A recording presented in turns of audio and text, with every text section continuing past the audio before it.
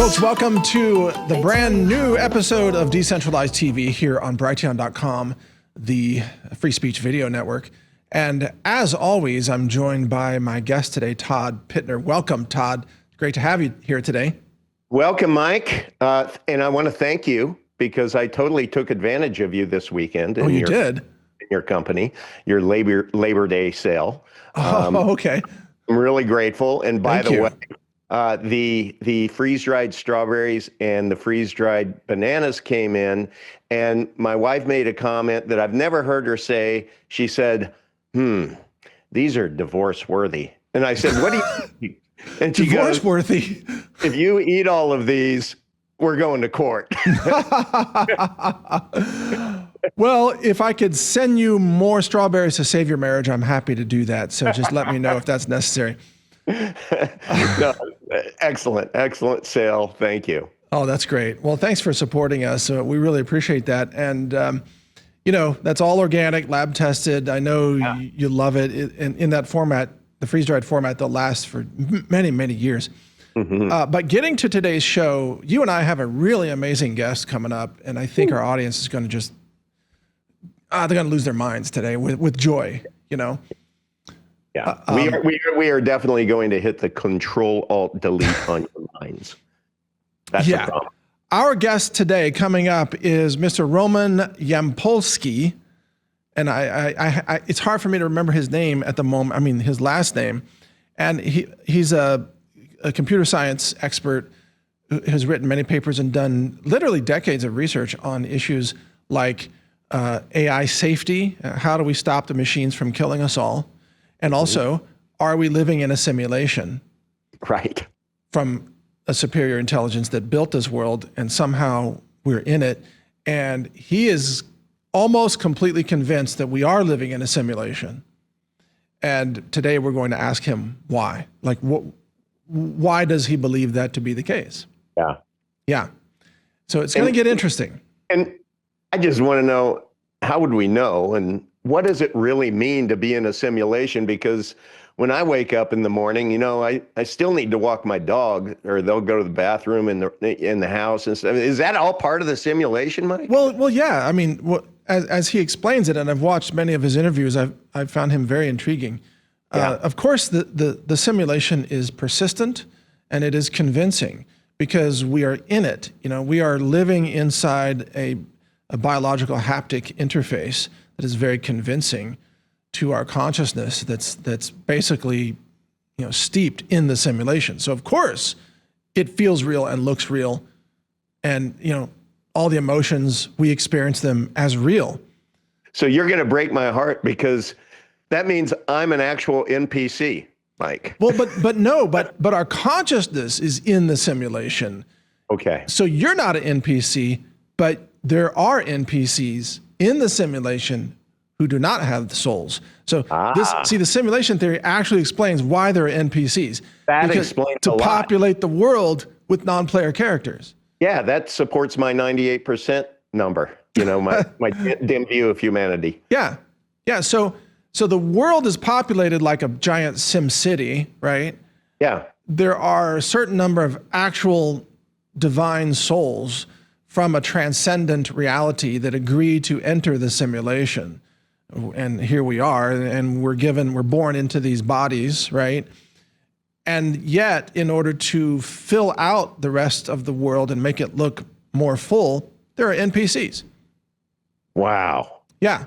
I mean, it tracks. It tracks with, with what we're thinking. You know, that I think only 2% of this world people in this simulation have the ability to critically think, and so I think that's right. Yeah, I'm totally into it. You know. Yeah, and we got to be careful because we want to cover both topics, AI and the simulation. And I feel like I could do a whole show on each of those with our guests. You know. Look, there's yes. As I did my research, as I am wont to do, I've broken it up into like 6 different categories. Each one could be a show in and upon themselves. I mean, this is going to be a fascinating interview. So he's going to pop in any minute, and then we'll break shortly to kind of recompose the panels here and everything. Great. He should show up any minute. In the meantime, I want to mention after after the interview, we will have the after party. And of course, the show is sponsored by a solution that you have brought to the world, which is about how to keep more of what you earn. And then I've got a couple sponsors. We're going to get to that later. But did you notice what gold and silver have been doing lately in terms? Kind of thumbs up, Mike. Yeah. Silver went over $41. That's amazing. Yeah. And go silver. Good for silver. Go silver. And gold hit like 35.70 or something. So we've been doing this show how long, Todd? Over 2 years. Well over 2 years. Over 2 years. Okay. So I think when we started doing this show, gold was around $2,000 an ounce. 1,800. 1,800? Yes. So in other words, you're saying gold has almost doubled since we started doing this show. Yeah. Yep. And Wow. I do think we should take credit for it doubling. Well, I mean, look, we told everybody that's the life raft, the lifeboat for your assets is gold and silver and maybe privacy crypto on top of that. Yep. Right. And if you employ the strategy of keeping more of what you earn, you can afford to buy more gold and silver and privacy crypto. Exactly. And good food from you. Yeah, right. And also in light of our guest that's about to join us, we're not saying that, the way to win the simulation is to have the most money. That's not what we're saying. But as long as you're in the simulation, you don't want to be broke. You don't want to lose your dollars. You don't want to lose the purchasing power of everything that you've earned, because that's what's happening right now. The dollar's collapsing in real time. Oh, my gosh, Mike, I had Labor Day weekend where I got a bunch of steaks for my daughters. I have 4 daughters, and I couldn't believe it. I remember when my girls were younger, I could go and buy for all 4 of us, 6 of us actually with my wife, I could buy enough steaks for under $50 to be able to feed us all. And they were really nice steaks. Yeah. And this last Saturday, I went into Sprouts and I'm like, no freaking way. You want almost $40 for one piddly ass steak. I couldn't believe it. I put it back, Mike. It violated my every sensibility. And it just hit me that this food inflation, man, it's like if you don't strategically attempt to keep more of what you earn, then you're just gonna, good luck with hot dogs every weekend. Yeah, if even, or more like, cricket nuggets. Right. With little legs coming out the sides. That's how you know you're getting a good deal on your food, when the cricket legs dominate the patty. That's right. So you didn't buy steaks. What did you buy? I bought chicken and shrimp, and I did buy 2 steaks as well. That they were a little bit different, but I made hibachi. So Oh, okay. I was able to afford some rice. They weren't like meat glue steaks, were they? No, You didn't get meat glue. Not meat glue. No, but that grosses me out thinking about that, by the way. Ever since that's been in my conscience. No, we got good steak. Just remember, Todd, these are all experiences in the simulation. So there you go. The fake food. I have a sneaky suspicion, because Roman is the expert who we're going to interview. And I think he knows something and has something going on. And I'm just going to posit it here. Okay. I think he thinks the winner of the simulation is he who has the bestest beardeth. That could be. Yeah. But I also know from his interviews, he wants to pursue immortality in the simulation. Interesting. He wants to live for 1 million years in the simulation. Okay. Yeah. And I want to ask him about that. Yeah. Great. Yeah. Because I don't know that I want to live forever in the simulation. I mean, have you thought about that, Todd? You want to live forever? I haven't thought about that, but it's kind of interesting. I don't know. Well, let's wait and we'll just ask him all about these things. Yeah, we will do so. But it's pretty clear also the machines will exterminate the NPCs pretty soon. Yeah, I think so. So there's going to be an NPC ethnic cleansing by the Skynet machines, basically, is what's coming. We traffic in decentralized NPC no moreness. NPC you later, I think, is what the machines are going to say. I can always count on you, Mike. Yeah. Beautiful. It's like, this is a really important time to have your own mind, to have knowledge about what's happening, to be decentralized. Because you realize when the machines start to go after people. Oh, our guest is joining us here. Welcome, Mr. Yampolsky. My case is made. Look at that beard. I know. We love your beard, sir. Thank you so much. Why don't you have a beard? Me? Because I never graduated from puberty, I guess. I don't know. Mine is embarrassing. I actually did the computations. From 16 to about 65, you'll waste 6 months of your life shaving. Oh. Plus all the costs of shaving supplies, plus everyone looks better with a beard. Well, that's the best intro ever.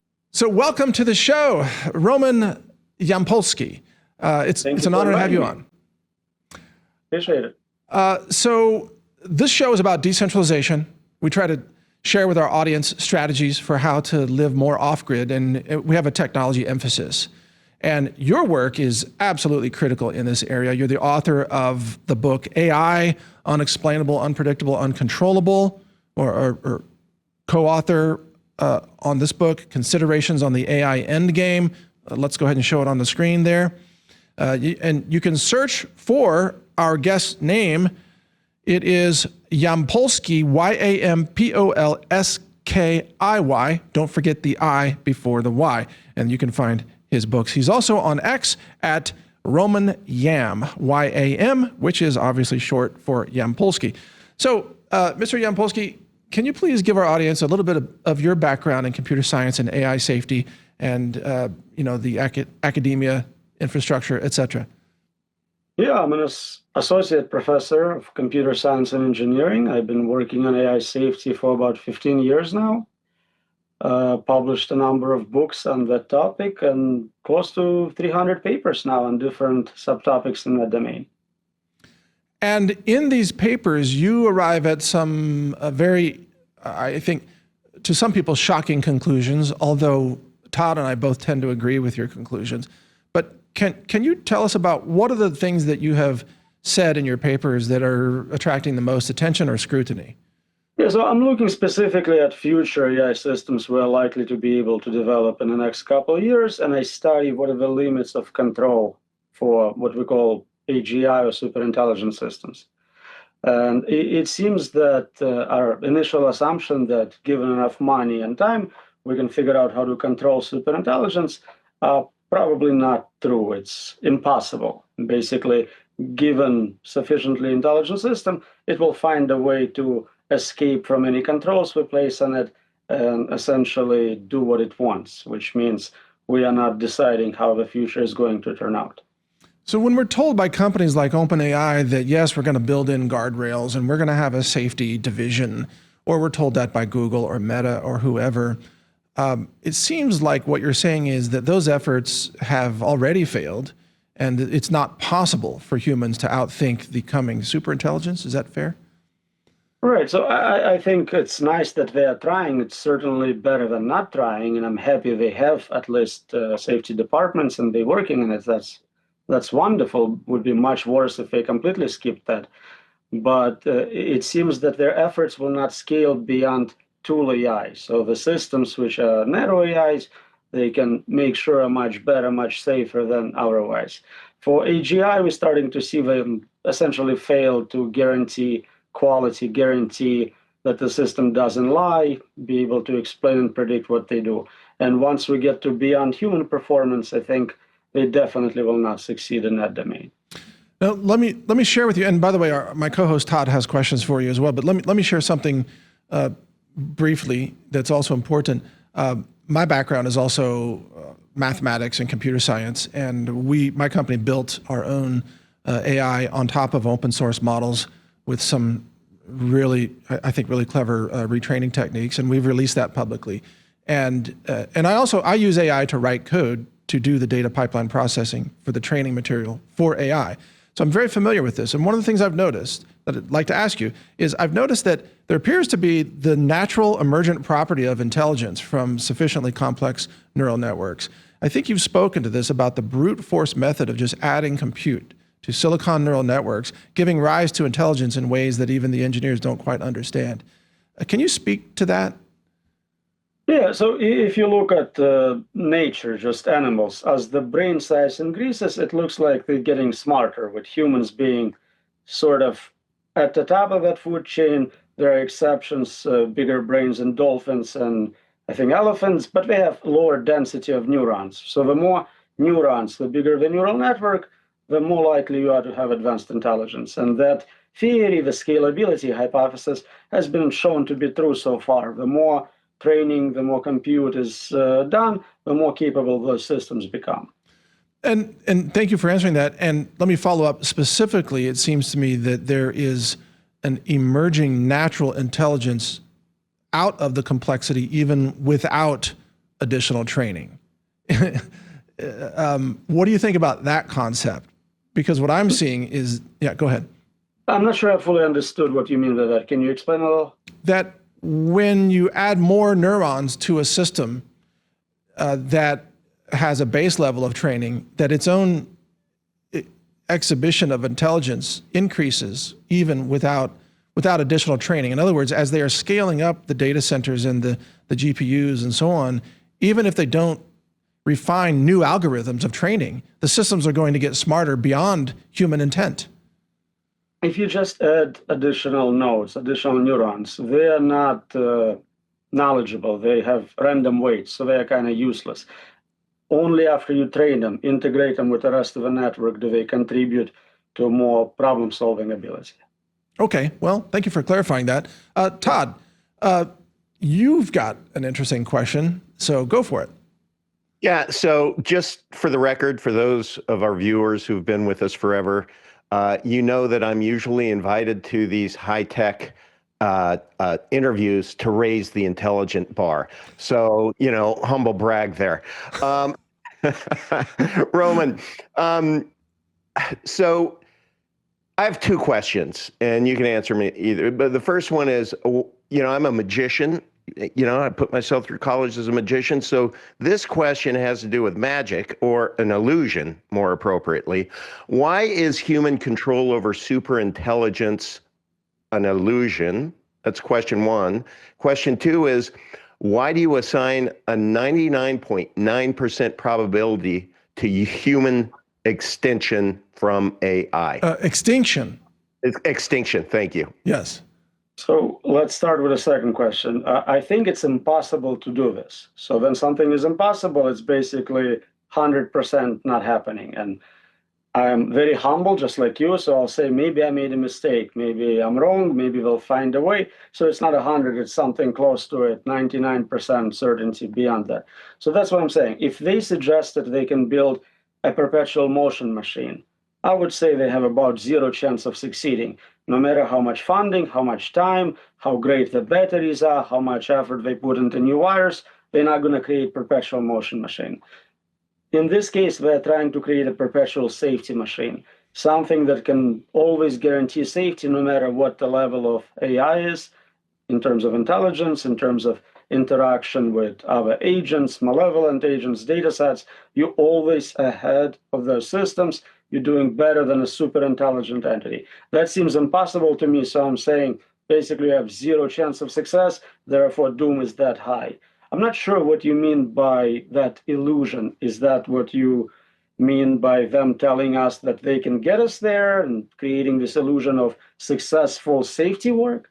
That we can control it. That's the illusion. That we can control superintelligence. Yeah, we can't even control another human being at our level, right? We develop lie detector tests, we develop morals, ethics, religion. All those systems fail all the time, right? We know that you cannot really trust fully employees or anyone else.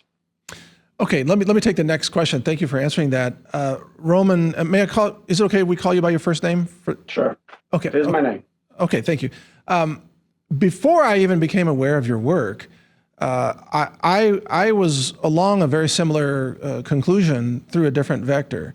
about the machines eventually exterminating humans. And let me share that with you and get your reaction. It occurred to me that there's obviously going to be very strong competition for resources that both humans and machines need in order to survive. Obviously, electricity being the most obvious one, but there's also fresh water. So fresh water is used to cool data centers. And where I am in Texas, water is very scarce. There's going to be 400 billion gallons of water used by data centers by the year 2030. So that's water that cannot be used by human beings. Also land. So farmland that used to produce food for humans, obviously machines don't need food. They need the farmland to build data centers to expand their own compute bandwidth. So those are three resources: water, electricity, and land. So in my mind, it seemed inevitable that eventually the machines were going to say, like, we don't want to kill the humans. We just need their resources. Doesn't that seem inevitable to you that the competition for resources is going to marginalize humans sooner or later? So at some point far in the future, yes, we would run out of space and water. Right now, there is no shortage of water. I don't even know if it has to be desalinated for cooling purposes.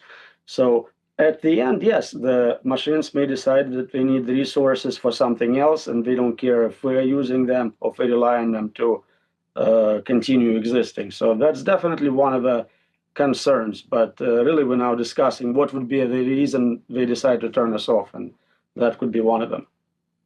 Well, what's the most likely reason in your research that the machines would decide to turn off the human power grid or something like that? What do you think? That's the unpredictability part of it. Like, as a human level intelligence, you cannot predict what a superintelligence would do. You can consider some possibilities. Maybe they don't want competition. Maybe they are scared you're going to turn it off. Maybe you'll develop competing superintelligence. Again, impossible to know for sure. We just know that we are not deciding what we're going to do. Okay, I appreciate that position, understanding that humans can never predict the strategies of superintelligence that can outthink us. That makes perfect sense. All right, Todd, next question goes to you. I love, Roman, I love the fact that you are hammering the answers so quickly. This is going to be great. We normally can never get through our questions with our guests. So thank you so much. Before a few times. Yeah, Right. I think so. Okay, go ahead, Todd. Sure. So, Roman, you've argued that not only might AI simulations become unavoidable, but that we are ourselves, that we may already be living in one. How does the need for advanced AI to simulate reality lead you to conclude that it's more likely we live in a simulation than not?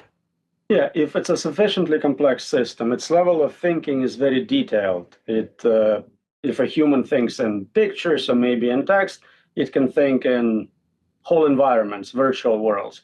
And to have a good idea of what's going to happen, it can simulate all aspects of it, including conscious, intelligent agents who are part of that simulation. So if it needs to make a decision about sales of some product, well, it needs to simulate this planet with all the users and see, okay, what type of rice cereal will sell the best.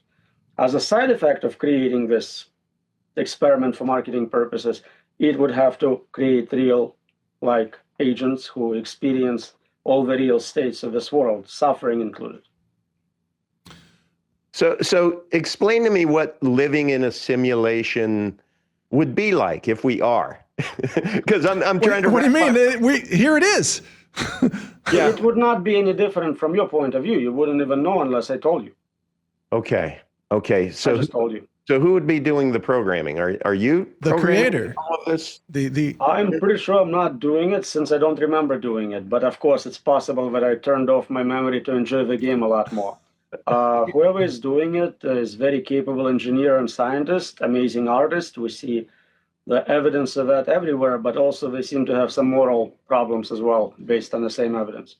I love the fact that you spoke in previous interviews about the origin story that's been told to various civilizations across history of a creator in the sky that created your world, and after you die, then you go to heaven or some similar type of transcendent place. And how much that sounds exactly like a simulation, where we're living in the simulation and then one day we leave the simulation. Can you speak to some of the similarities between those stories and why, I mean, do you believe that ancient cultures were actually told the big truth and then they created religions around that? So I want to kind of invert this experiment. So let's say we take a book like mine, which talks about all this technology in modern terms. We talk about superintelligence, we talk about computer simulations, and then we explain it to someone who has no knowledge of modern technology, a primitive tribe. So you tell them there is this very capable, very smart entity, and it's able to create worlds like ours and create beings in that world. And then that being, for some reason, wants to test if you're going to be doing this or that, some sort of ethical test. Wait a couple generations, and what they have in their local language is essentially the religious stories we are passing around. Now, how they got that information is above my pay grade, but it just seems like it's a perfect mapping. All these concepts we see in theology are now being done in AI safety work just with technical terms. We have boxing procedures, we have, instead of 10 commandments, we have guidelines, rules for large language models to follow. All sorts of retraining, repurposing is happening. We'll reset this model because it's not behaving well. So again, just interesting similarities. Of course, they could be just that. Do you give any credence to those who claim that they have near-death experiences or NDEs? Because one of the most common themes of their experience is that they feel like after they leave this world, the next world that they briefly visit and return from feels far more real than this world. Yeah. Have you given? I read a lot about those, and what's interesting, they always kind of get visions of their own religion. They never have visions from another religion, so that makes kind of sense based on their previous training data. There are good experiments with artificial neural networks where if you start disconnecting parts of it, it kind of creates an internal input, which also stimulates the network to produce those hallucinations. So the network starts kind of producing outputs as if it's actually experiencing a world it's trained on. Interesting. Wow. Okay. Wow. Well, that's going to drive a lot of philosophers nuts trying to parse all that. Todd, you want to take the next question? I mean, my question stack keeps getting bigger, so jump in when you can. Well, like I said, I'm raising the IQ with my the IQ bar with my question. So, Roman, do you think that this master creator, who may or may not be living in his mom's basement, do you think he eats Cheetos or Doritos? No, that's not my question. Sorry. Could this simulation itself be a test, whether we're wise enough to resist building uncontrollable AI or not? Well, given all the developments, recent developments, we are very likely living in the most interesting of times. Not just because I'm living in it, but because we're creating a lot of meta technology, meta inventions. We're creating intelligence. We're learning to create worlds. Never in the history of the world we were able to create inventors, agents. This is all novel. So it wouldn't be surprising if they were experimenting with specifically this time period to find out, let's say, how to create safe superintelligence, what other types of superintelligence can be created, what are the interesting worlds. It could be a tool for testing, tools for creative exploration. We cannot know from inside the simulation. Okay. So, yeah. Quick question. So, do you believe that we are living inside a simulation? Is that your belief? I think there is a lot of good reasons to think we are, yes. Okay. And I heard somewhere that you would love to live in the simulation forever. Did we get that right? So I don't want to die. And so that means I don't want to get old, get sick, and I want to live as long as possible. If there is an option to learn what is outside the simulation, and outside is better than inside, I'm happy to continue living forever outside. Got it. Okay. All right. Thanks for that clarification. Now, I've got a totally different question for you, but I just want to preface it by saying that we invited you here in all seriousness, and this is not. We don't consider this to be entertainment. We're not asking you these questions because it's just interesting to the audience. We are genuinely wanting to more deeply understand the nature of our reality as we experience it. And I think that's important for our world. I think your work is actually really, really critical for humanity. And yet, Most people, and I know you've experienced this, Roman, most people dismiss this. And I want to ask you why that is. What is it about the normalcy bias that people just, they'll listen to you or they'll read your book and then they'll say, that was cool. And then they go back to their regular life, you know? Why is that? I don't think most people actually dismiss it. If you look at this as a type of scientific religious mapping, most people are religious. Most people believe in a super intelligent being. They believe it's a temporary world. So the default for humans around the world is not atheism. That's already a given. That's Even a good point. Within scientific community and within atheist community, a lot of people do take simulation theory as a possibility. Most don't have high probability like I do, but 10-20% is very common for philosophers, for many Silicon Valley billionaires, for example. So it's not as out of norm as you think it is. Okay, that's good to know. But the follow-up to that is why, but about AI, for example, the idea that AI is very likely to destroy humanity, that thought is much more easily dismissed by people because, well, for why? Again, why do you think? It was maybe a decade ago, it was science fiction. Now, Nobel Prize winner, founder of machine learning, Turing Award winners, all in agreement with me. We had a letter signed by thousands of computer scientists all saying this is more dangerous than nuclear weapons. That's the modern state-of-the-art thinking in this space.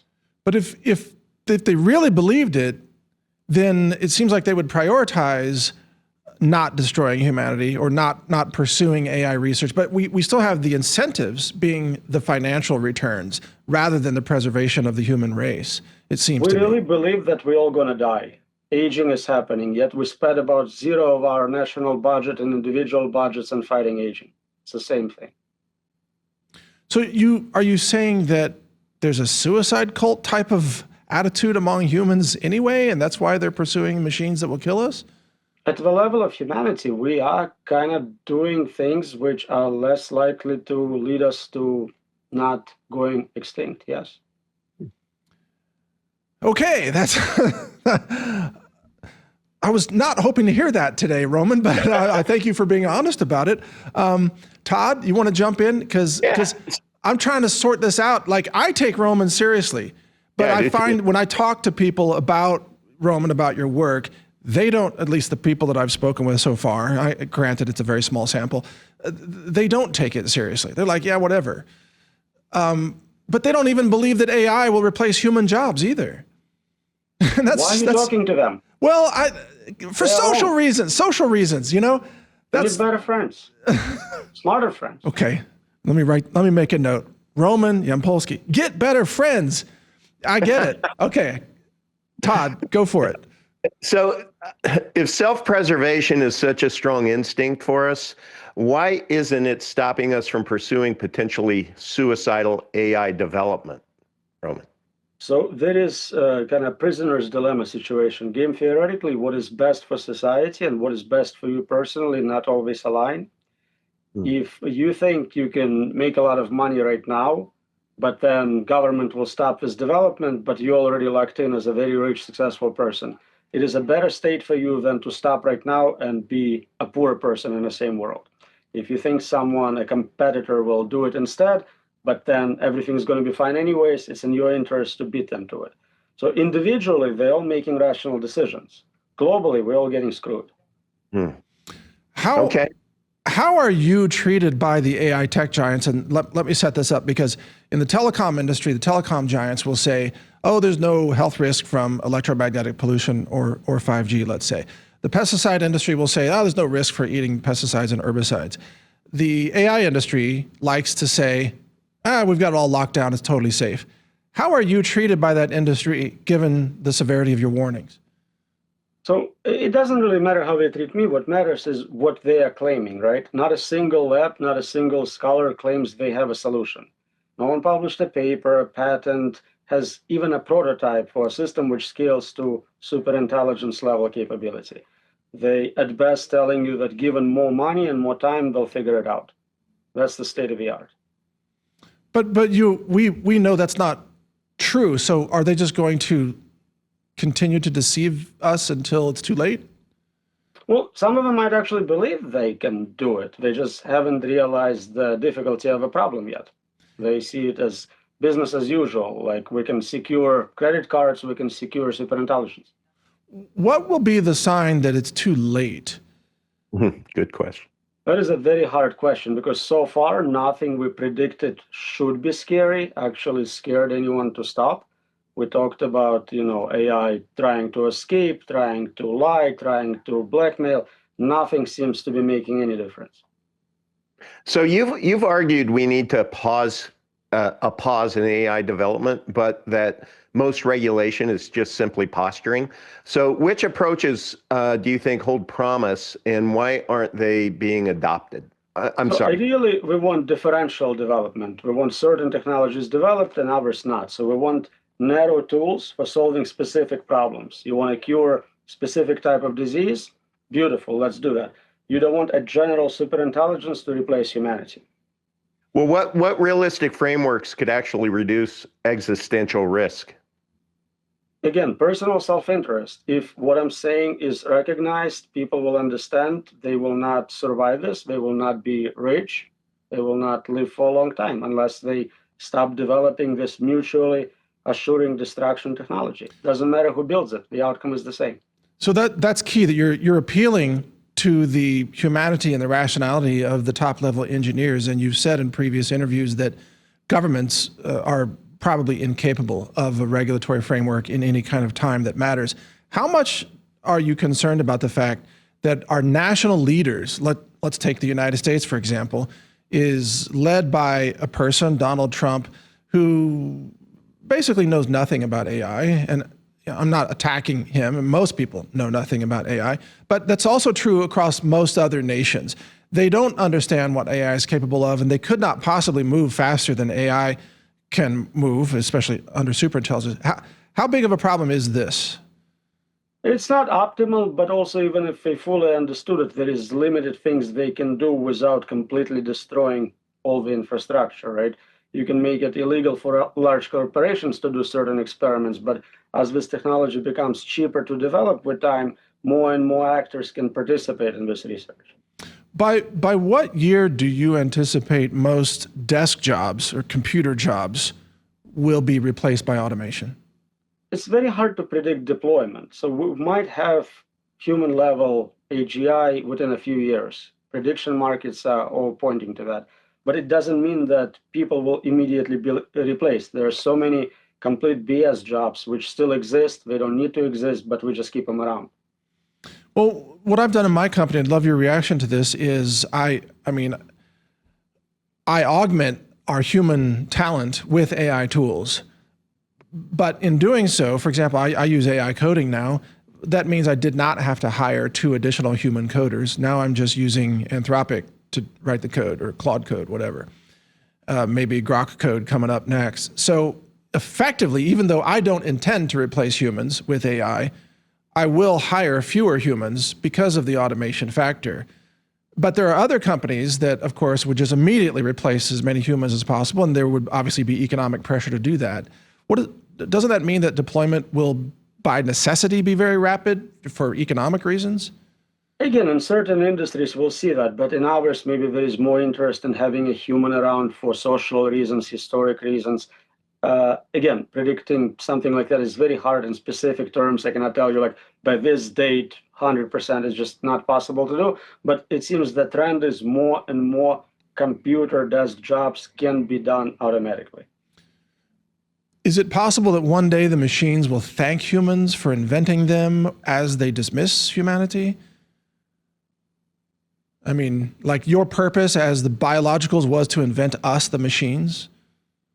But they likely to replace us for sure. Will they thank us is a very difficult question. I'm not Yeah. sure if they will. I cannot predict that. Of course. Okay. What would be the methods of efficient extermination? Maybe I'm asking you to predict too much here. I'm sorry. I'm not trying to put you on the spot. I know you write science papers.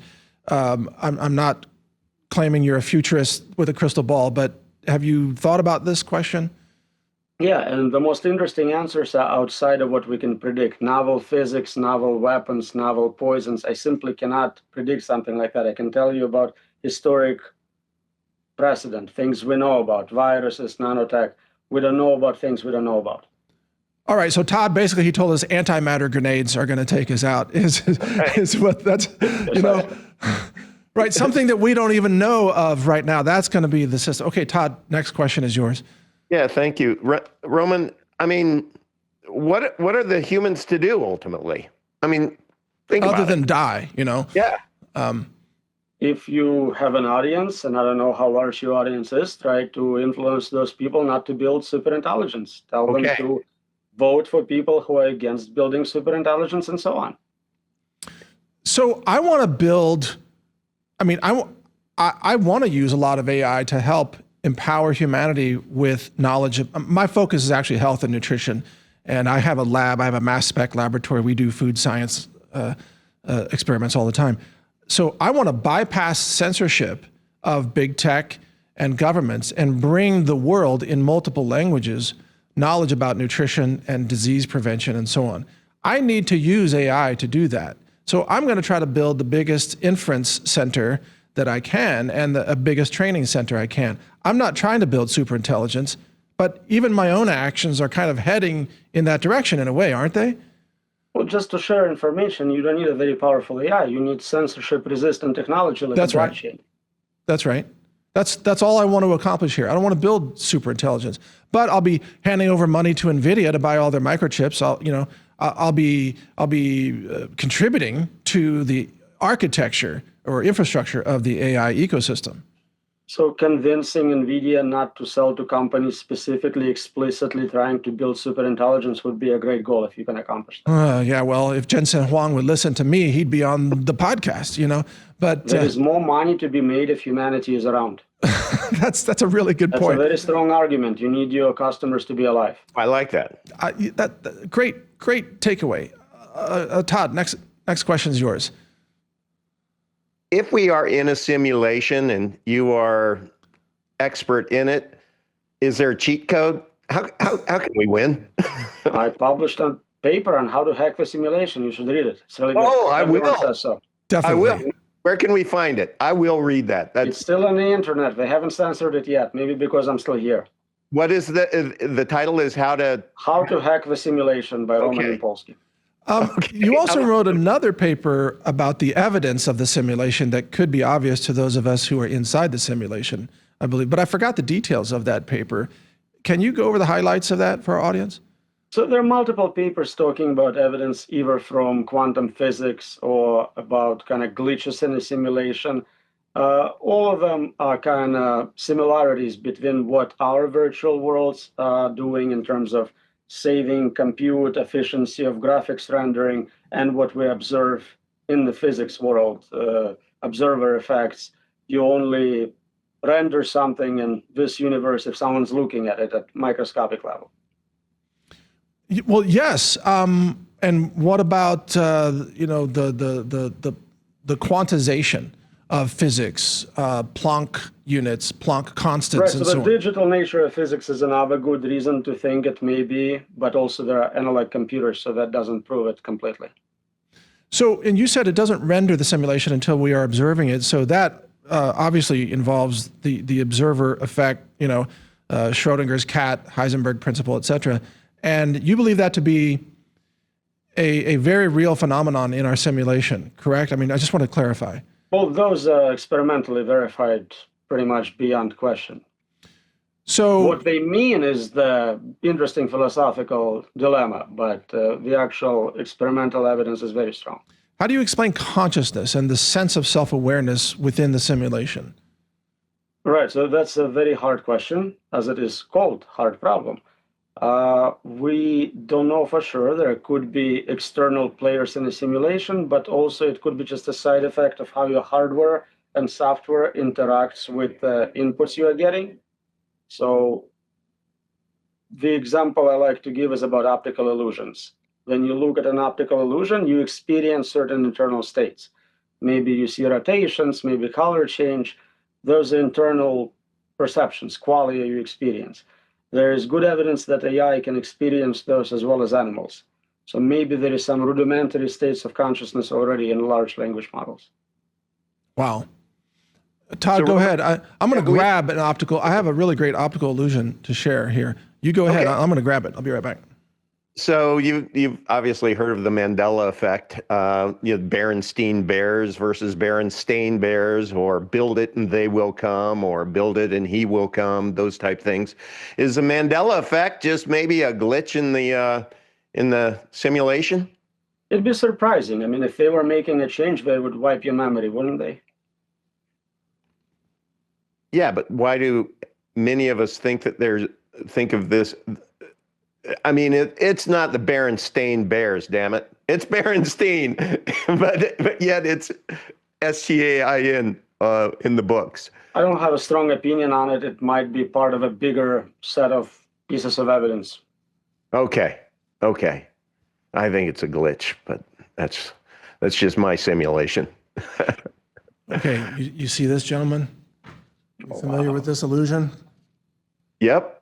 Okay, all right. Now this, I like how you just have props around, like I'm going to demonstrate simulation. I do. You should see what we have. I don't want to see what you have. So if I try to rotate this and keep it on the same vertical axis. Well, I'm conscious, man, for sure. Definitely not NPC. Oh, yeah. Right. Now, what's really interesting is if I take a piece of tissue, all right, and I'm going to tie it to one of the rungs of this apparent window. Okay. Okay, there it is. And this isn't Todd. This isn't your sleight of hand magic. This is just straight up neurological perceptions gone wrong. And then I rotate it. It appears as if this tissue is kind of leaping. Well, I don't know. Maybe I'm not holding it that well. It appears that if it's going back and forth, but I'm actually rotating it around in a circle. Right. So you can ask basically a modern large language model. The only requirement is that it's a novel illusion. You cannot use something it can Google or see on your show beforehand. So that's true. It's completely novel, and you show it, and it has the same experiences as an average human, then we know it had the same experience. Well, that's a task, coming up with a completely novel illusion. This was demonstrated decades ago, and this is actually a trapezoid. It's not even a square, but our brain says it's square because that's the way we always see windows. I can't even show you, but like this side is much shorter than this side. Anyway, our audience gets it. You get it, Roman. Okay. Let me, Roman, I really appreciate your time. Are you okay with about 10 more minutes? Yeah, that's perfect. Okay. Let me ask you a kind of a devil's advocate, but a philosophical question. The assumption underlying a lot of these conversations is that humanity is worth saving. And what is it about humanity that is worth saving? Like, why is this such an important goal? Again, I'm being facetious a little bit, but in your philosophy, why does that matter? Well, I'm enjoying my life. I don't want it to end. I don't know about yours. Maybe it's not worth saving. I have no idea how you experience life, but I love it, and I enjoy my family, my friends, so I'd like to protect them. Well, I'm going to get new friends, so I think I'll enjoy it more when that happens. But yeah, I'm enjoying life too. But as a whole, I'm not that impressed with all of humanity. I'm impressed with part of humanity, right? But not all of humanity. I mean, we have, child killers and war and violence and the deception and irrationality and all these kinds of things. I mean, there's good and bad together. I could see an argument that not all of the race is worth saving. So there is a subfield of research about building a worthy successor. If you think we are building superintelligence and we cannot control it and it's going to kill everyone, can we influence the future of the universe in terms of what type of superintelligence we build? Will it be very creative? Will it have consciousness and so on? So some people are very interested in the future of a post-human universe. I couldn't care less. Okay. Roman, in this simulation, people are born, they grow up, die, right? So how can you rationalize the fact that, you'd like to live in this simulation forever if you know that biologically it seems we all die? Well, it's a disease. You have an aging disease, and just like any other disease, we can cure it. You can be at the same age, healthy forever. There is no physics problem with that, right? It's not violation of laws of physics.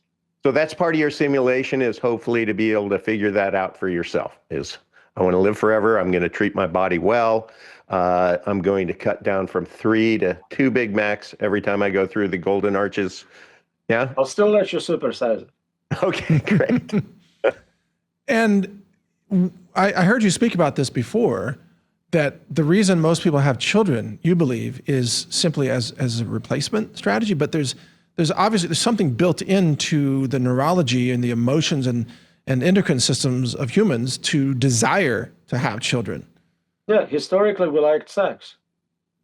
That's what evolution used to get you to have children. You may not even know why they showed up, but that's what you did. And then later, then you started to realize things. You were like, I'm going to be old. I need someone to take care of me. I'm going to be weak. So you had children. And now you need someone to run your business after you can't. So there you go. Right. So you think if the disease of aging is resolved, then people would consciously decide to not have children because they would rather enjoy their lives, or they would put off having children for much later? There is no biological clock ticking. You don't have to have kids by 30. You can wait until you're 3 million years old. One of the great things about people dying off is that's how the structure of scientific revolutions takes place, though, right? When old ideas die off and they're replaced by new, younger thinkers. Wouldn't living forever cause a concentration of intellectual, models that could be bad for our future? So typically older minds, with some exceptions, of course, have harder time learning. So that's why they get stuck on the old theories. If we preserve you in a state of still very flexible, very pliable mind where you can continue learning, that wouldn't be a problem. New evidence would cause you to update, change your beliefs, and so science can continue. Now, there is still a shortage of tenured positions, so we need some people today. Now, I'm thinking, like, I saw RFK Jr. Bashing some of the United States senators today, and I was thinking, I sure don't want those senators to live forever. I'm not wishing harm upon them, just to be clear, but sometimes ideas are like, there are some people, many people, who will never change, and they're wrong. And that's been reflected throughout history. So my follow-up question is, I'm concerned about people living forever. The most powerful, most corrupt, most wealthy people would have access to that technology first, and they would use it to live longer and dominate humanity with their bad ideas. That is a big concern, absolutely. Interesting observation about what you said. So we have the oldest presidents, multiple ones. We have the oldest senators. Why are they all not investing more into life extension? Good question. We keep electing them. Maybe they should take a hint. But the other thing that I hear from you, and I hear this from other AI or machine learning experts, is a very high confidence that AI will solve aging. And my background is obviously in nutrition and so on. I'm not yet convinced, although I'm open to the idea that AI will solve aging. Are you confident that that's possible? I think it's possible. Again, it's not a violation of laws of physics. There is a program, DNA code, representing all aspects of your body. So we should be able to modify it to change how many resets your cells can go through without causing cancer, of course. But it may be possible to solve it without AI. It just, we hope that AI would help to accelerate this process. A very important example is protein folding problem. We couldn't solve it manually, but with AI, we now are able to solve that problem. Super important problem in medical research. And we can brute force all human relevant proteins, all animal relevant proteins. So if we can do the rest of this exploration for the human genome and understand all parts of it, which right now we know very few of what they do, that would definitely be a step forward to make you at least healthier, if not immortal. Well, until that day comes, I've got my superfood smoothie here in my glass jar. So this is what I'm into, avocados and turmeric and all kinds of goodies and sprouted cruciferous vegetables, et cetera. And I use AI to do research in nutrition, and it's amazing. It's opened up even me after 25 years in this space. It's opened me up to all kinds of new knowledge. And all I did was gather up nutrition knowledge and then train it into the model. And then I started asking the model these questions like, wow, where has this been my whole life? So very cool. So what's the optimal diet? What should I be eating? Well, it really has to be very personalized, but if you have so specific, we need to understand human genome, you see? Yeah. And everybody's got different health challenges, but there are very powerful natural medicines to address almost anything, even preventatively as well. But I think AI can be revolutionary for health and wellness and nutrition. But again, only if people desire to have knowledge. And that's another problem with humanity today. And Todd, you and I would talk about NPCs, kind of low information people out there that, they're living on food stamps, they're getting free Pop-Tarts. They're not going to go to an AI engine and say, how can I be healthier? They're just not interested in it. There has to be some level of curiosity to improve our condition, I think. And there is among some, like all of us here, Roman. But there's a segment of humanity that's they just want to play video games all day or whatever. Somebody's playing this video game. Yeah, I know. Can you blame them? Well, this is a very interesting game. But are they drinking smoothies or eating Pop-Tarts on the side? It's actually carnivore diet. That's the right answer. Yeah. But, okay, well, Todd, if you can jump in. Well, I just, for job security, if everybody's going to be living forever, I'm just going to start focusing on using AI for solving the parking lot problem, because it's going to get ugly out there, man. Self-driving cars, not an issue at all. Nobody needs to park. Yeah, it you keeps won't. driving, making you money. Okay. Okay, the one more really important point, Roman. Okay, I'm sorry to hesitate, but in the machine learning community, I've noticed an automatic default trust in thinking that our governments want us to be healthy and successful and alive. And I'm convinced that in some cases, various governments around the world are really not that interested in doing anything other than killing people off or depopulation and so on. So it's like, even before the machines go full Skynet, I feel like government policies are killing us too. So why is there this very common trust in government as a good faith organization? Or maybe this is outside the scope of where you focus, but this is a problem that has bothered me. It's a bit outside of the scope, but look at different countries and their governments. Some are better than others, and you can see which ones work best by people voting with their feet. You may think it's not perfect or optimal, but most people want to be where you are. Most people want to be where we are? You are. Where I am. Well, I assume you're in the U.S., right? I'm in Texas. Even better. Yeah. Most people do want to be in Texas, actually, for some reason. There you go. Stop complaining. It's awesome. Yeah, no, I'm not. I love where I live. There you go. Yeah, I do. I love it. But that's another question. How can we maintain a positive attitude and continue to live meaningful lives in pursuit of knowledge and the things that matter to us, even with the knowledge that one day the machines may try to kill us all? It's all about having a sense of humor. Well, we have that. Figure out what is the funniest possible joke.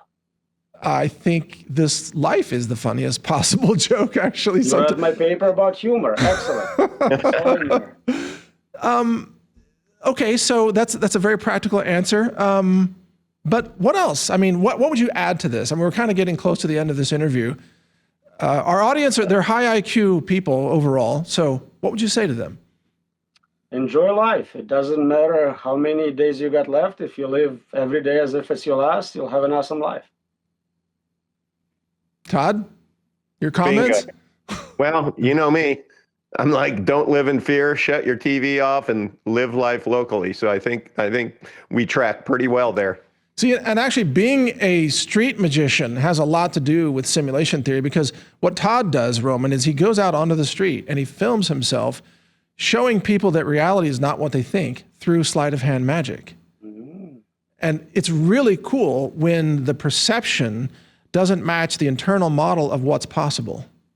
That's how you test for consciousness. You can detect NPCs with that. Excellent. Oh, yeah. Todd, you have an NPC detection system. Yeah, I do.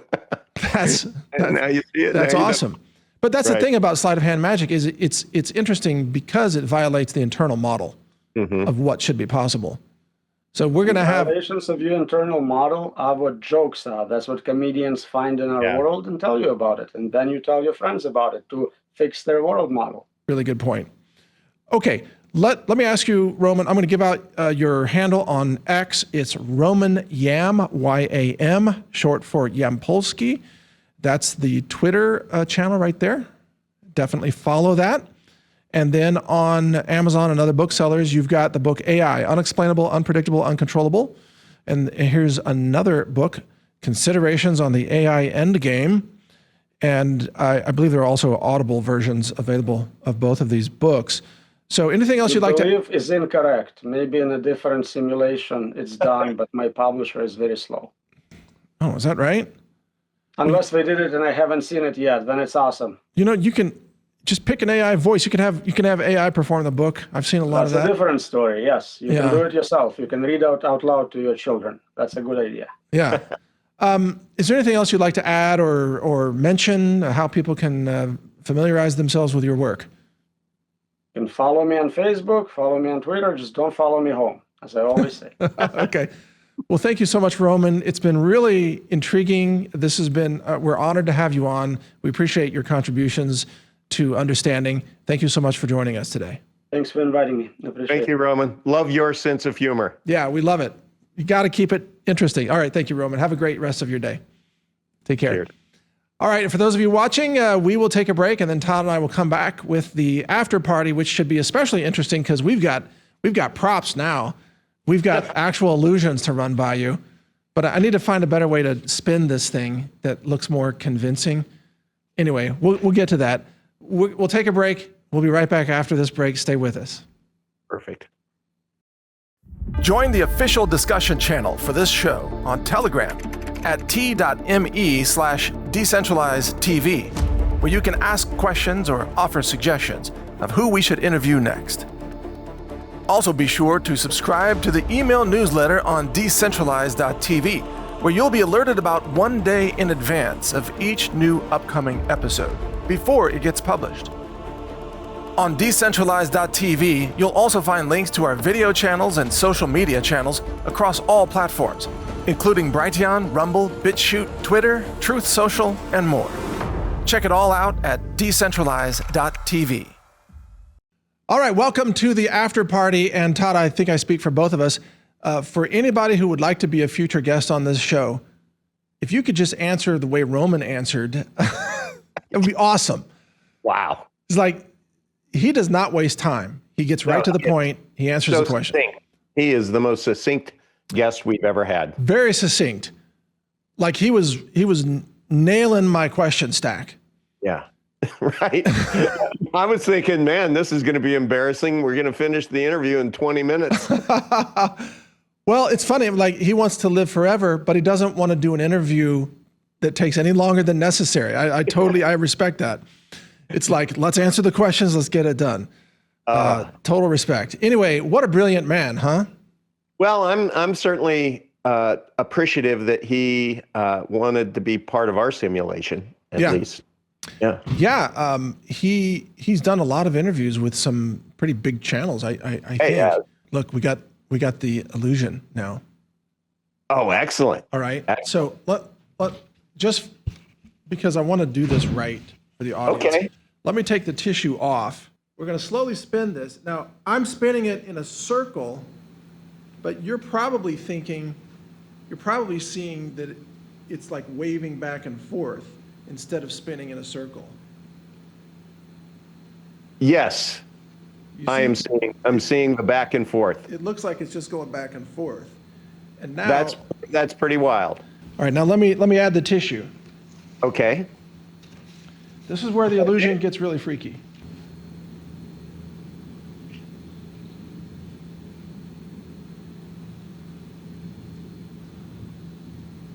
My promise to the audience, we will improve the illusion.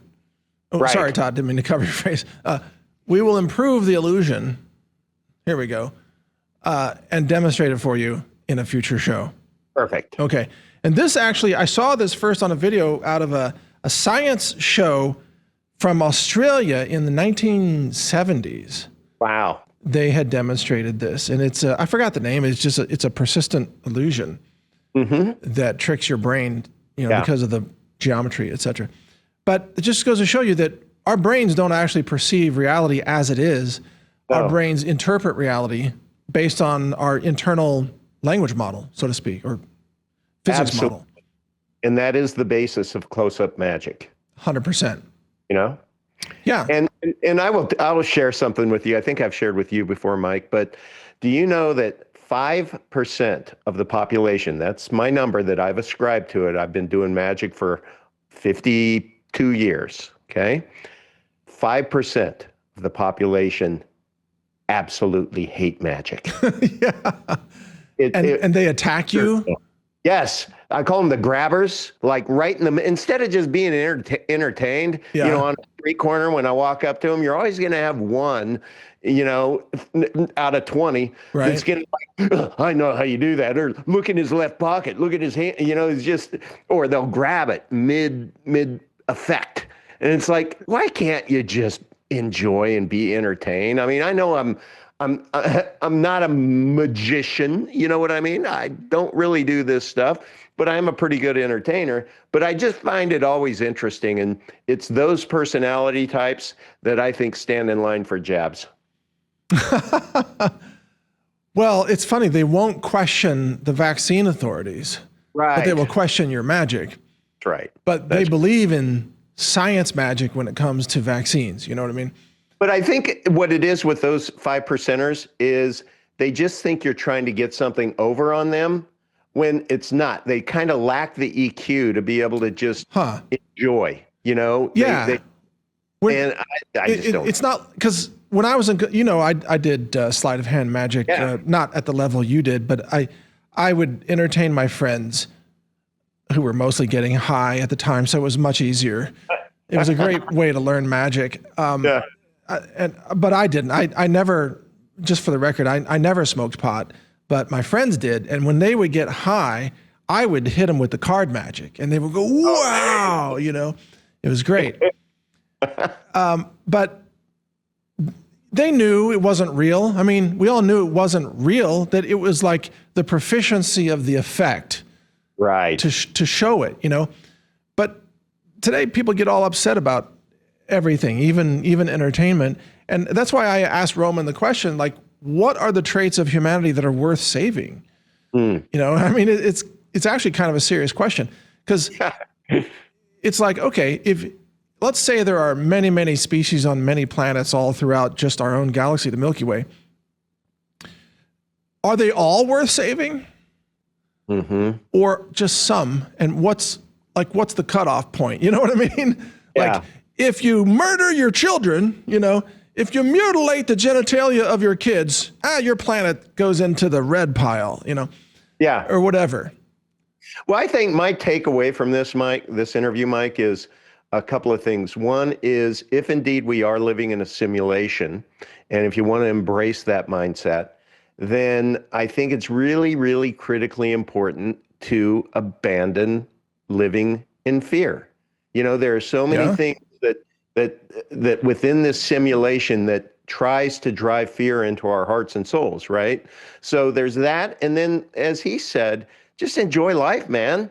You know, it's like, it's not so bad. The simulation doesn't suck that bad. I mean, I think it's pretty good for most people, right? And so. But you know what? We failed to ask Roman a really important question. How does he plan to survive the machine's extermination of humans? We should have asked him that question. Yeah, well, we need him as a return guest now, Mike. Yeah, because I honestly don't know his answer on that.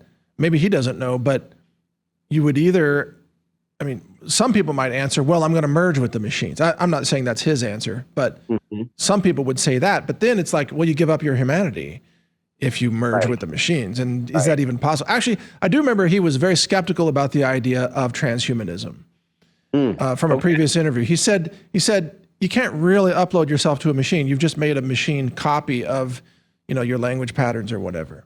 Okay. So he has expressed skepticism about that. Yeah. But how do we survive the machines? You know, I mean, I've got hatchets and things over here, but I'm not sure that that's the answer. I haven't escaped from New York. Knife? Yes. Yeah. Well, flamethrowers. You know, I did an article years ago, like 10 years ago, called How to Kill a Google Robot. Oh. And I even argued at the time that it was going to be an important skill to kill robots. Okay. And how do you? Well, by the way, I don't want the machines to hear this because they might hold it against me. Okay. But one answer is to use vehicles, so you can run over them with trucks or cars. Okay. Yeah.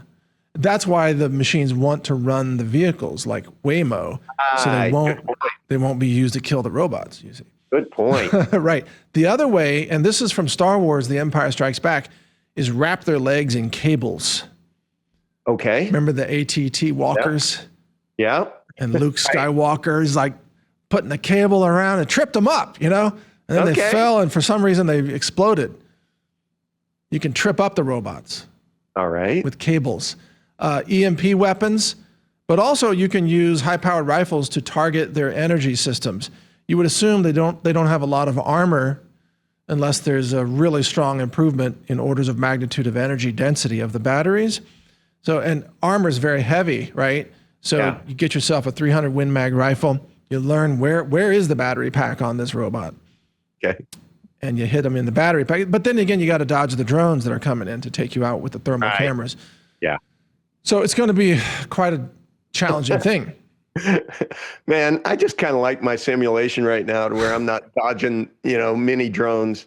But do you think, Mike, you're a scientist, is there any scientific way to test whether we live in a simulation or not? Yes, there are. There are some ways. Talk to me. Well, I mean, he's actually written papers about this. Okay. But, one of the ways is to test like the duality of light theory or the demonstration that you can take light from distant stars where the light has been traveling for billions of years, and you can use the double slit experiment and, to show the duality of light as a wave or a particle. Okay. And although I guess this is a leap of an assumption, but I think it's the human observer that actually makes the duality of light work. Mm-hmm. So if we don't have a human observer, the probability wave doesn't collapse in that way. When a human observer is present, then it does. Remember what Roman said, that the universe isn't rendered until you observe it. So like all the planets and all the stars out there, remember this, if there's no conscious being on a planet, then the creator or the architect doesn't have to render that planet until you get there. Okay. Like in a video game, they're not rendering the whole world. They're just rendering the part you're looking at. Got it. Right. Otherwise, it's too much. So in our cosmos, wherever you go, then God renders that part. Like, oh, this is what that planet looks like. Okay. All right. I mean, that's the theory. Yeah, it's a good theory. Yeah. I like it. Because, you know what? Gosh, we should have asked him too about the computational nature of the universe, because our universe is a giant computational machine. And physics is computation. Light is computation. Right? And so it's just all decentralized computation. Well, it certainly isn't a slow-ass blockchain that takes 10 minutes, for your change to come back. This is happening in, trillionths of a second, probably. Mm-hmm. There's probably like a cosmic clock that controls the sequencing.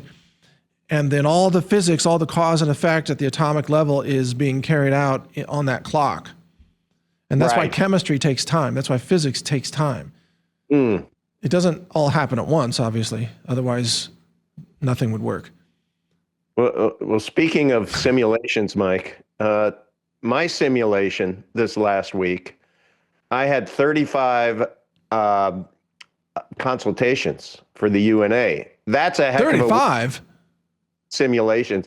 Yes.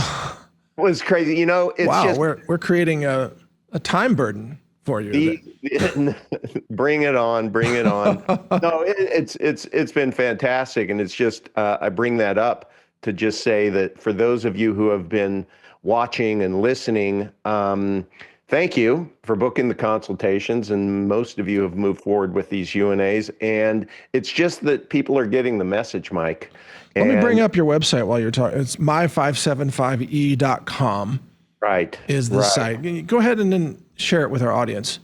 Yeah, it's just been neat because I've been able to hear this last week so many different stories of people's lives and their operating realities. And are they W-2 earners, W-9 earners? Do they operate businesses, LLCs? Do they own property? Do they trade in crypto? Do they have children? Do they have homes?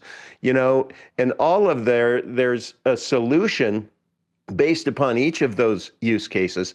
And people are finally waking up to the fact that, wow, this, one person said, this seems too good to be true, but I believe it will change my life. And I thought that was very, very wise, right? And those of us who've had them for 5 years, 10 years, et cetera, you know, that's true. That's true. But I just, you know, I think the message has gotten through to people, Mike, to where it's like, just go to the website and watch the 90-minute video. It's free. Download the PDF, and then think about your own operating reality and book a consultation. It's that simple. Now, it's a $150 consultation, but what everybody appreciates is if they move forward with the UNA, then they just take that off of the investment. So it's kind of like a built-in consultation hour, right? To where before they pull the trigger, they just kind of want a gut check. And that's what they ended up being. And I've had so many people, Mike, ask me to tell you thank you for the work that you do. Oh, wow. So many people tell me, I've been watching Mike Adams for 20 years, 20 plus years. And it's really, you're really endearing to the folks out there. Oh, wow. Well, thanks for that feedback. Look, we love our audience. We love all the support that you give us. And we try to educate you and bring you really interesting guests like today, and also keep it lighthearted and funny, which reminds me. So now that I guess we agree that we are living in a simulation, how does that change your keep more of what you earn slogan? Is it like keep more of what you earn before the robots make us burn? Like, how does this affect financial planning, knowing that Skynet is coming for us? Is my question. Keep more of what you earn so that you can buy more life years, because that's going to become a thing, right? Trust me. So what you're saying, like our guest Roman, he was saying that aging is a disease that's going to be solved, but it'll probably cost a lot at first if it's achievable. Probably. You can imagine, you know, because wouldn't most people who have a lot of money, wouldn't they pay like $1 million to never age, I suppose? Yeah. Add a year on to my life, $1 million a year. Or to slow aging. Like, you in 10 years of living, you only age 1 year. You know, would people pay like $1 million a year for that? That's right. And probably. If you keep more of what you earn, even today, then you can afford all of the high quality products that you offer, Mike, that legitimately, seriously can change lives, because it's all about good food in your body and being healthy and such. So that's a very practical.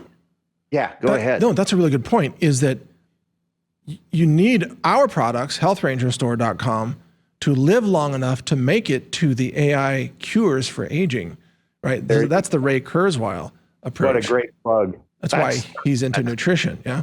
He's like, that's I want to live long enough to live forever, but we got to, you know, don't die before the robots come on, or not the robots, but the AI cures come online. There you go. Yeah. Now, I don't know about you, Todd, but I don't really want to live forever in this simulation. I mean, it's been fun and all, but I'm actually a lot more interested in what else is out there. So I love my life, don't get me wrong. And I feel very honored to be here, and I'm thankful for it, but I don't want to be here forever. And you know what, Mike? I mean, look, I'll entertain simulation, but at bottom, you know, I'm a Bible guy, and I really believe that, you know, the good Lord knows the day that we're not going to be in this realm. And if he speaks to that, right, then that tells me that there's something greater beyond this. But while I am here, you know, it is my mission to do good with the life that I have. Yes. And pray, pray And for his hand in our life. Roman would say, I believe, that Yeah, I know. the Bible is consistent with simulation theory. Yep. The story is there's a creator, created our world, we inhabit it, it's a training ground. After this, we leave the simulation, we go back to heaven. I mean, it's the same story, actually. Yeah, it can be, but I wonder what he would say about that homeless carpenter that walked around in sandals a couple thousand years ago that died for our sins in our place as our substitute. That was God mode. That was God mode. Okay. That was God mode in the game. No, the creator sent down God mode Jesus to try to teach people to stop being nitwits. Like actual God mode. Okay. And in Islam, they would say Muhammad is God mode. And in other, Buddha and so on, right? And in Hinduism, there's like 50 of them, 50 God modes or whatever. I don't mean any disrespect. I just don't know how many gods there are in that religion. But it's God mode avatars being put into the simulation to try to correct the path because humanity kept screwing up bad. I mean, read the Old Testament, right? Yeah. It's like, oh, please. You could do better than this.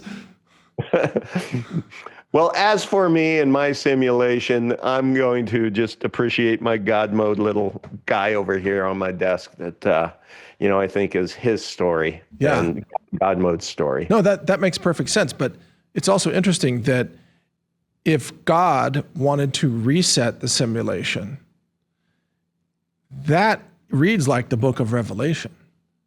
Yeah, that's true. It's like, let's send in the giant space rocks, shake the earth flat, everything's gone. The souls are all taken out of the simulation and brought into heaven. It's all in there.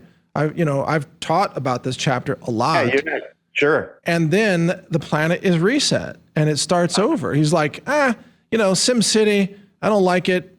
Godzilla's going too crazy. Let's reboot the game. Game over. Yeah, game over. More quarters. Come on, more quarters. Right.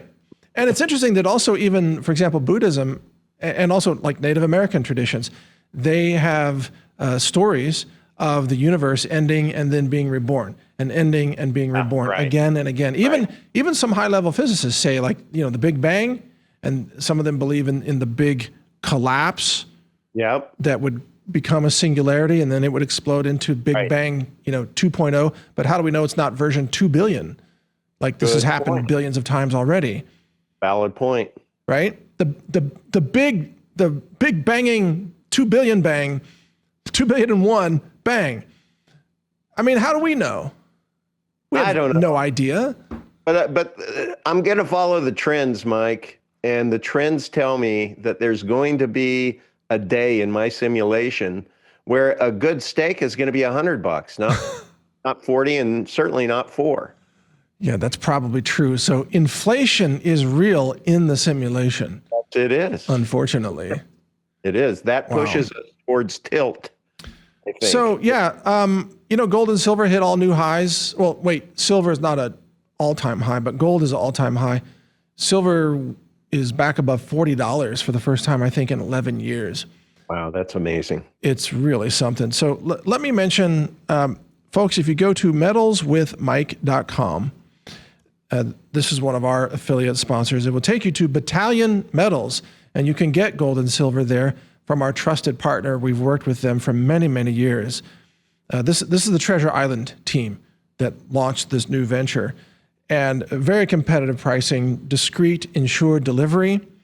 So that's metalswithmike.com. And then if you go to verifiedgoldbacks.com, that will take you to the Goldback page where we share our science lab testing of the gold content and gold purity of the Goldbacks, proving that they do contain the gold they claim, actually a little bit more, an average of 102% of the claimed quantity of gold. And that's how I did it right there, melting down. That I actually took these photos. That's me with the giant ceramic furnace and burning off the polymers to leave the gold behind. And it becomes a little gold foil. Like there it is. You see, that's actually my hand right there. You see that picture? Yeah. Yep. If you melt down, that's like a a 10 or something, or That's wild. you get this gold foil, and then you can further melt that down into a gold ball, like a gold BB. Yeah. Wow. And then you can weigh that accurately on an analytical balance, and you're like, hey, there's a lot of gold in here. See, 0.9197 grams. And let me scroll down. Here's the results. Out of the gold backs, the recovery percentage was always over 100%. Right. Yeah, every time. And you know, Mike, people are listening to your show, watching your broadcasts and such when they're paying for their UNAs in goldbacks. That literally happened. That's awesome. 2 weeks, all goldbacks. It was crazy. Since I've been mentioning goldbacks, and again, the website is verifiedgoldbacks.com. You know, they've doubled in value. Really? Yeah, they're over $7 now, quite a bit over $7. And they were like maybe $3.60 or something when I first started mentioning them. Wow. Yeah. That's fascinating to just contemplate. I mean, I got them for the utility, right? Because, but you're right. They are, wow, the value is going up in those $10 goldbacks, right? Totally. But wow. I'm going to go, I really love your idea. I'm going to add a new slogan to Health Ranger store is use nutrition to live long enough for AI to solve aging.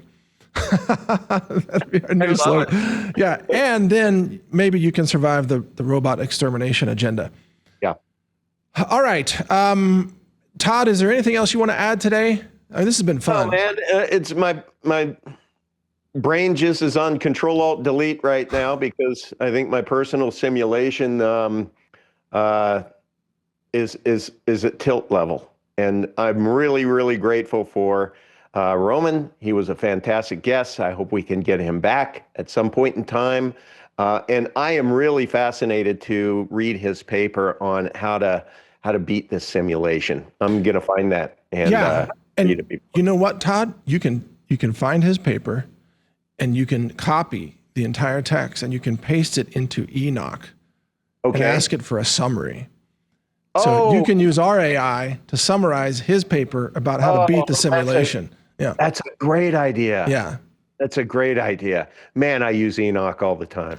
It's really amazing. I was using it in a previous segment and it's rocking. And man, I can't wait until I can't wait for the next 6 months of what we have planned for Enoch and what, all the data we're processing and the multilingual approaches and everything. And right now, I mean, we're continuing to accumulate storage systems and GPUs, and we're waiting on the new NVIDIA Blackwell chips.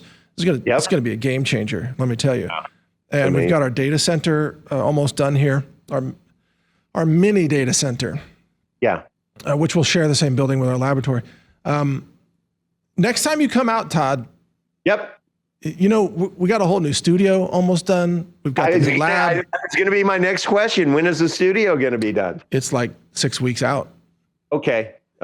Yep. My wife and I are both coming out. Okay. Me too. You're going to love it. So whenever you want to make that trip, we'll give you the full tour.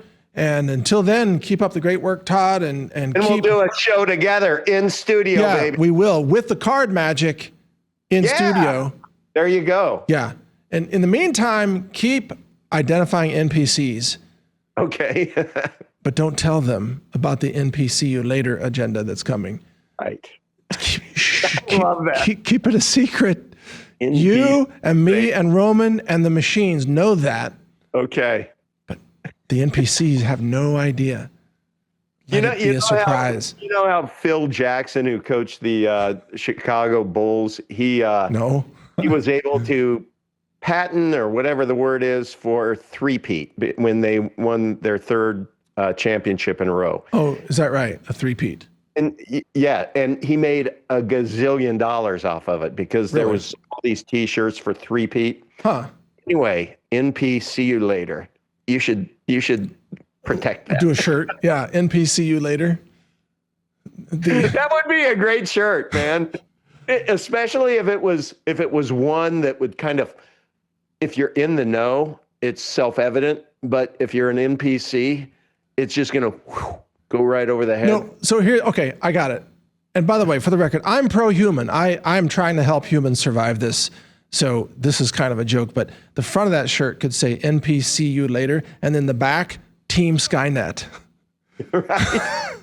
But it's a joke. It's a joke, folks. Yeah.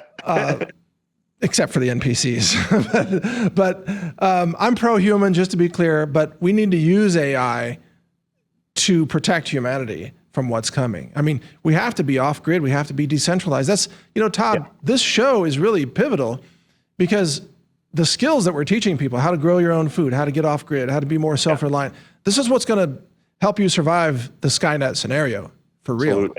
Absolutely.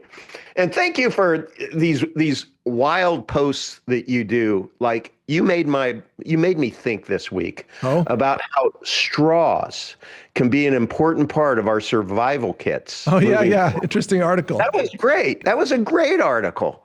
That's cool. Where can people go? What's the easiest way for people to follow those? I always get my download from you on Telegram. Go straight to naturalnews.com. Check the website. But I am posting on Telegram under Real Health Ranger, posting on Brighteon.social under Health Ranger, and I'm posting on X under Health Ranger also. So you will post that same article across all different platforms, right? Yeah, me or my staff. Right. I don't always post everything. You can tell when it's me because it's a paragraph complaining about something. Usually, that's Mike for sure. Or I'm posting links to our interviews or things like that. Yeah. Or sometimes a joke. Yeah. Sometimes a joke that not everybody realizes is a joke, but that's okay. But it's such a wealth of information, and I've really enjoyed it. And I turned my wife onto the Telegram channel, yours, and she's now coming in the evening saying, "Oh, did you read this? Did you read that?" It's just cool. It's good propaganda. Hey, your wife speaks Russian, doesn't she? Oh yeah. So we're gonna take the highlights of our interviews now and translate them into multiple languages, including Russian and Spanish and Chinese. When we do that, can I send you a link for a test and make sure that it's actually correct, like Absolutely. Good Russian? Yep. She'd be happy to. Okay. Well, my wife speaks Chinese because she's from Taiwan, so we can cover Chinese and Russian and English, and I'm sure we can find some Spanish-speaking people because I'm in Texas, so it shouldn't be a problem. You probably got some Cubans living right next door. We can solve that problem. Is this good Spanish? Sí, señor. It's good. No problem. And then converting everything to NPC is real easy. You just have a blank bubble above their heads. The thinking bubble. It's just blank. But it's empty. It's empty. We've been mean to the NPCs, but that's it's okay. okay. They don't get it. They don't even know we're being mean to them because they're not there. And ladies and gentlemen, if you are watching this, you are a 2%er. I'm just going to say that. I talk about it all the time in my consultations. People who watch this show and listen to your broadcast, they just don't think like 98% of the population. They have the capacity to critically think. So we have great viewers. Hey, you know what? Last thing, Todd. Let me put on my glasses for this. You know what? Give me a question that you want me to ask Enoch. Maybe even related to the show today. Okay. And let's just try it. Let's try it real time, see what it does. All right. To beat this simulation. What? Okay. To beat this life simulation. Oh, okay. I'll call it cosmic simulation. How about that? Okay. Yeah. What references would you use as prompt engineering pop quiz? Yeah, to beat the simulation, what resources would you use to achieve the win? or something like that. I don't know. Yeah. I think we're going to need to provide more context. Let me add something here to say. You had it. Assume we are living in a cosmic simulation created by a highly intelligent extraterrestrial entity that has created the entire universe. Okay. Okay. Because technically, God would be extraterrestrial because it's not of Earth. Yep. I mean, not human, right? Yep. Okay. Way beyond human. Okay. To beat this cosmic simulation, what resources would you use to achieve the win? But we haven't defined the win. What's the definition of winning?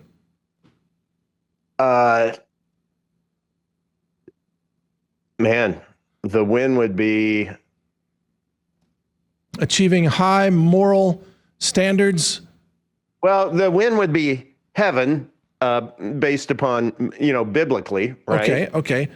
Achieving sufficient high morality and doing good in the world to make it to heaven.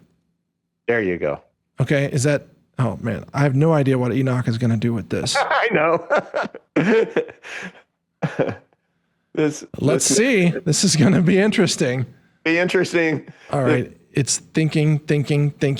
It's checking in with lower simulations. We have an API to the sub simulations. Okay. Here we go. To achieve the ultimate goal of heaven, number one, you got to have a spiritual connection, strong relationship with the divine, the creator, regular prayer, meditation, and contemplation. Number two, compassion and love.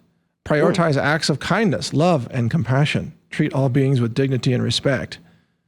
Well, there goes Israel. So much for the modern day Israel. Okay, moral integrity. Maintain a strong moral compass. Yeah, that's all makes sense.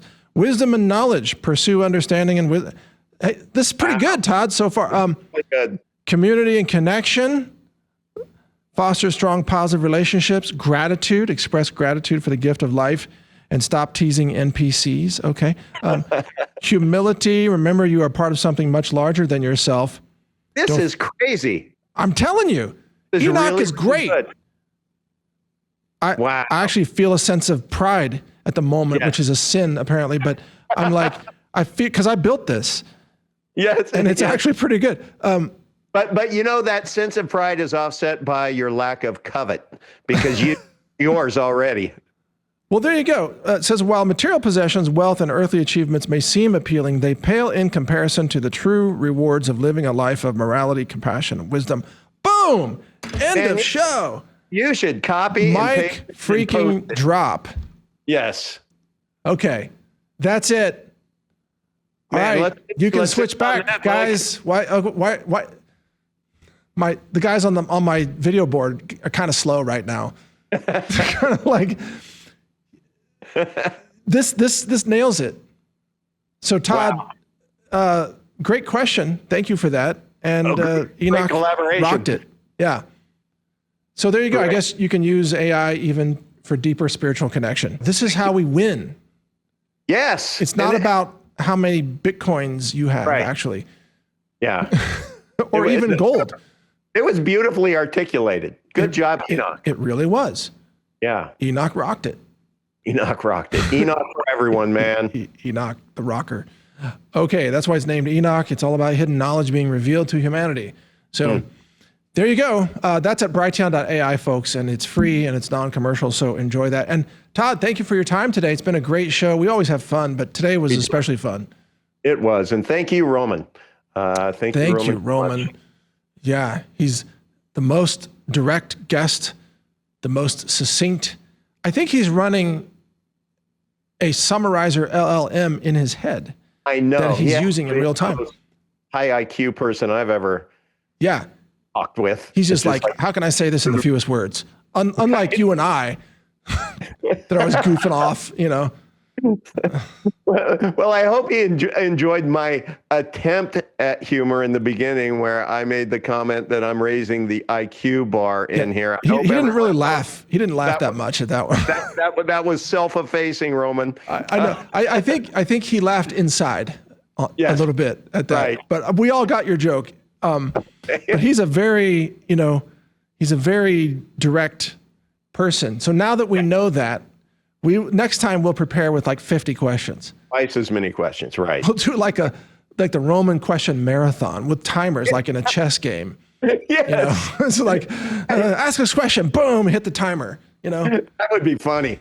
Yeah, we might try that. We'll send him a gold back for every question he answers. And then, based upon some recent experiences, what we can do. Remember the Gong Show? Oh yeah, I remember the Gong Show. Have a gong, and I could turn around, and if they go on and on and on and on and on and on, and man. on, I could just go poing. But he would never do that. But we have had other guests that could be gong worthy. Could be gong worthy. Yeah. Yeah. I'd like to read some of them, a novel called Gong with the Wind, actually. I love Thursday nights, man. Oh, it's really something. Okay, here today, gong tomorrow? Yeah, something like that. Okay. Girls Gone Wild.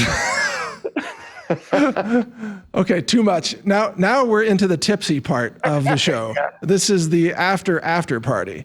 Right. Okay, Todd, have a great rest of your evening. Thank you for your time. It's been all kinds of fun. And folks, tune in.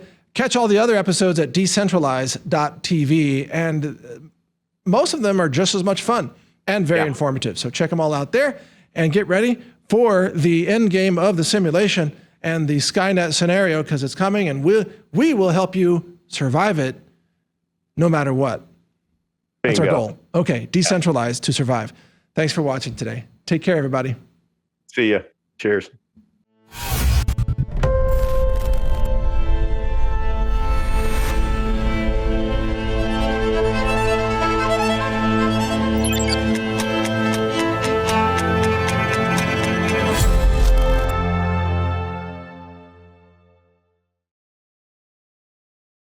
We've got a brand new product at the Health Ranger store to share with you, one that took us over 2 years to put together. And it sounds simple, but it actually wasn't. It's organic chicken bone broth powder. And it's available now at healthrangerstore.com. And we've got it in 2 formats. We've got it in the 8-ounce pouches there, and we have it in the number 10 steel cans for long-term storage. And of course, it's certified organic. It's also laboratory tested for heavy metals, for glyphosate, for microbiology, and other tests that we conduct. And the reason this is so important is because if you go to the grocery store right now and you buy a chicken broth product, usually it's in a box or sometimes it's in a can, you're going to find that it's loaded usually with MSG or some hidden form of MSG. And they'll have things like, flavors listed on the ingredients label, which typically it's hidden MSG. And MSG is an excitotoxin. It's toxic to neurology, and actually it's toxic in many other ways as well. And we wanted to be able to offer an ultra clean, laboratory tested version of chicken bone broth. And even though we don't sell chicken flesh, this is a product that can be combined with so many things like quinoa, or things that we sell in our Ranger buckets. It can be combined with pinto beans. If you add chicken broth to the water base for lots of things, including like macaroni and cheese, you can have chicken macaroni and cheese, or chicken soup macaroni and cheese, or any kind of like an instant meal. You can add chicken broth to it, and you're going to greatly enhance the nutritional density and the natural flavor of it without using any MSG whatsoever. So if you look at our product, again, go to healthrangerstore.com, and if you scroll down, you'll see the ingredients here. Check this out. Ingredients: only one, organic chicken broth. That's it. Country of origin, USA. Okay, that's it. There's nothing else added. This is the one chicken bone broth product that you can trust to not be made with artificial flavors or chemicals or MSG or added excessive salt or any of these other additives that are typically in the food supply. This is just pure, simple, natural, certified organic, sourced in the United States, subjected to our lab tests from U.S. farmers who follow certified organic procedures and have achieved that certification that we have verified because we do all kinds of due diligence on our supply chain. So this is the cleanest, most pure organic chicken bone broth that you're ever going to find in the marketplace. And in this format, it stores for a very long time, and you'll love to use it this winter too, coming up. So check it out now at healthrangerstore.com and try this product for yourself. Give it a taste and understand that it is authentic, 100% real, no excitotoxins, nothing that's toxic, nothing that's going to worsen your health, only the one ingredient that's going to enhance your nutrition and enhance your health. So thank you for supporting us. Shop with us now at healthrangerstore.com. I'm Mike Adams, the Health Ranger. Take care.